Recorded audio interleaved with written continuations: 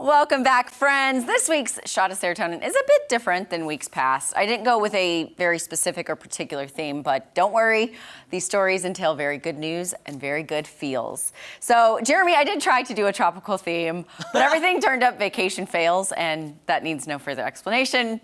As funny as they are, not good. So I did come across this first clip on TikTok over the weekend, and it was so heartwarming that I just had to share it with everyone. So let's take a look. Oh, does it make me cry? Happy tears. All right. What's happening? Lincoln LeBlanc was born at 26 weeks gestation, weighing just 2 pounds, 3 ounces. What? He is graduating today, weighing 9 pounds. After spending 104 days in the NICU, he is now 3 months old. Oh. NICU babies are true survivors. They show us the power of faith and the fight of the human spirit. They are the embodiment of perseverance. When he was born, Lincoln was the sickest baby in our unit. That baby. The first 24 hours were very tenuous. And I remember those first 24 hours very vividly, as myself and the attending worked around the clock to try to stabilize him. Lincoln has battled through all the ups and downs of being a preemie. We have all cheered him on as he has reached milestone after milestone. We are all so proud of him. And now, it's time for the next milestone. Congratulations, Lincoln, on your graduation from the NICU. I know this might make people emotional, but he graduated from 2 pounds to 9 pounds. Oh. And yes, he had to spend about 3 months of his life there, but I was just like, it was so sweet to me that they made such a glorious day out of a very tragic time in life. You know, I loved it. See, now here's the thing. I don't want children of my own because I have my fur babies, but seeing clips like that makes me want to have a baby. I know, right? You're just like, oh gosh, they're such fighters. I just want a little I loved it. baby And I now. hope I didn't make anyone sad. I felt like that was a very positive. It is very uplifting, and I'm hoping that every hospital does that. 'Cause that's Yes, amazing. I have seen stories in the past where they do that, so. I love it. Okay, so this next clip shows the true meaning of friendship. I know it knows no limits and has no boundaries. Friends come in all shapes and sizes, and this clip is another one that just really melts me, so let's take a look. The next day, he ended up being almost exactly the same size as Colton, my dog, and it was still chilly, so I ended up taking one of Colton's jackets and put it on Bucket, and I mean, they literally were— Oh, the they're best exact same friends! size. I can't.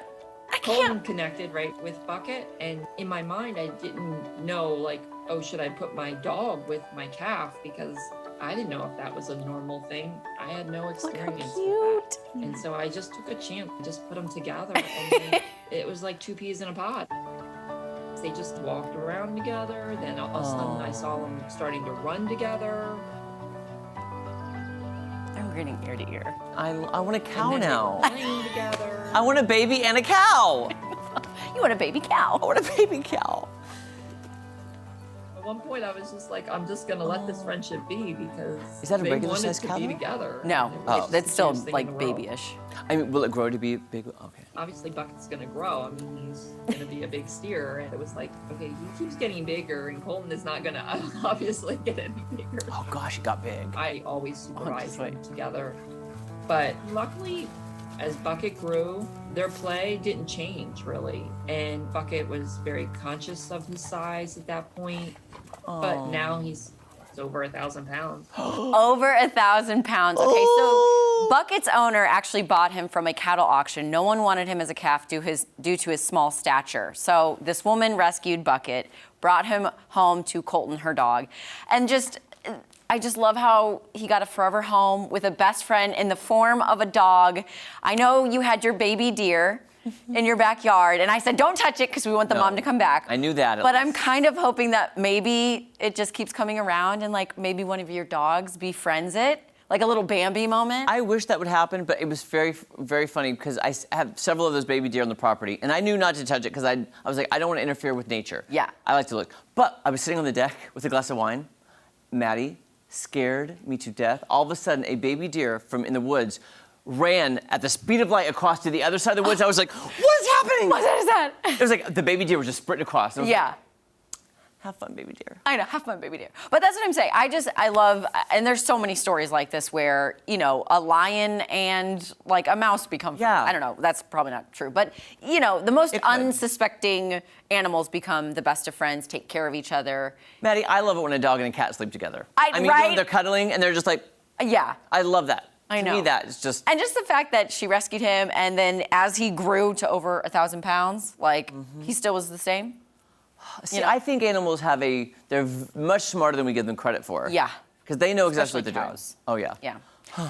Why do we eat them? Why are you trying to make me. I know. All right. So in my personal opinion, getting an Airbnb or VRBO is a great way to spend a vacation. Again, my opinion. You get to have your own space. You make the place your own. You're living in either a house, a little bungalow, whatever, while you're there. And typically the host or the owner doesn't really bother you. However, this particular property has a very attentive host, and I would love to see this every day. Okay, so there's no sound with this, but Okay. this is Soldier. He is a blind and deaf dog who helps host a beachside Airbnb in Turks and Caicos. I know you want to go there. When Soldier has guests, he greets them and leads them to his favorite beach every morning, does a little swim action. And then when he doesn't have guests, he goes back to his human's house down the street for family time. How does he know what he's doing? Just, you know, scent. Instinct. Well, scent. here's the Could thing, you Maddie. imagine waking up every morning and Soldier being like, you ready? Ready to go to the beach? Here we go. Let's go.